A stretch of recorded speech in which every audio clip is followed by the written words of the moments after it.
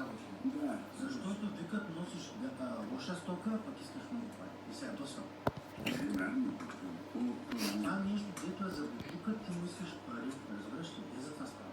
Ти слушай, кай за буклука не дай ги взема. Аз ти ми ги питаш, ти кажеш, дай ми ли, това кой ще го купи? Купи го ти, той.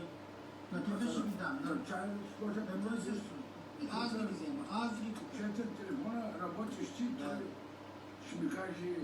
Ма кукът се работиш, той отива за скрап. На кантара, за скрап. Добре, Аз искам не работиш. Искам някакъв много скъп телефон. Чок скъп телефон.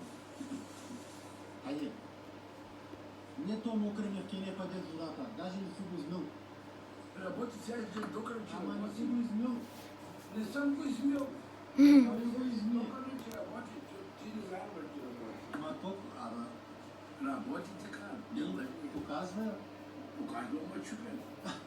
Така ли работи? Ами как? Чупено работи. Да, ми сега ще да докари аз. Чакай, че един телефон май ще стане. Не сега ще скарам партия. Чакай, да ти покажи. Дай ми нещо скъпо повече. Мекаре, това е скъпо. Не ти казвам, мега скъпо имаш. Чакай, къде още един. Пак да покажа на отдаването, дето не са видяли хората водата, как се вижда и хиляда. Виж парабълките, бе. Да, виж, и това е работещ телефон. Чупен, пълен с вода и работи. Ще ги взимаш ли тези двата? Човек, ти бутуци няма да вземаш. Искам... Няма да дам 7 лева котка да става тук, за тези телефони. Ти искаш да ми изядеш обяда в мерсито, с тези 4 щупени телефона. Колко ще ми дадеш? На 1,50 да ти казвам. Ами, 20 Айде, трябва да взем съм бати.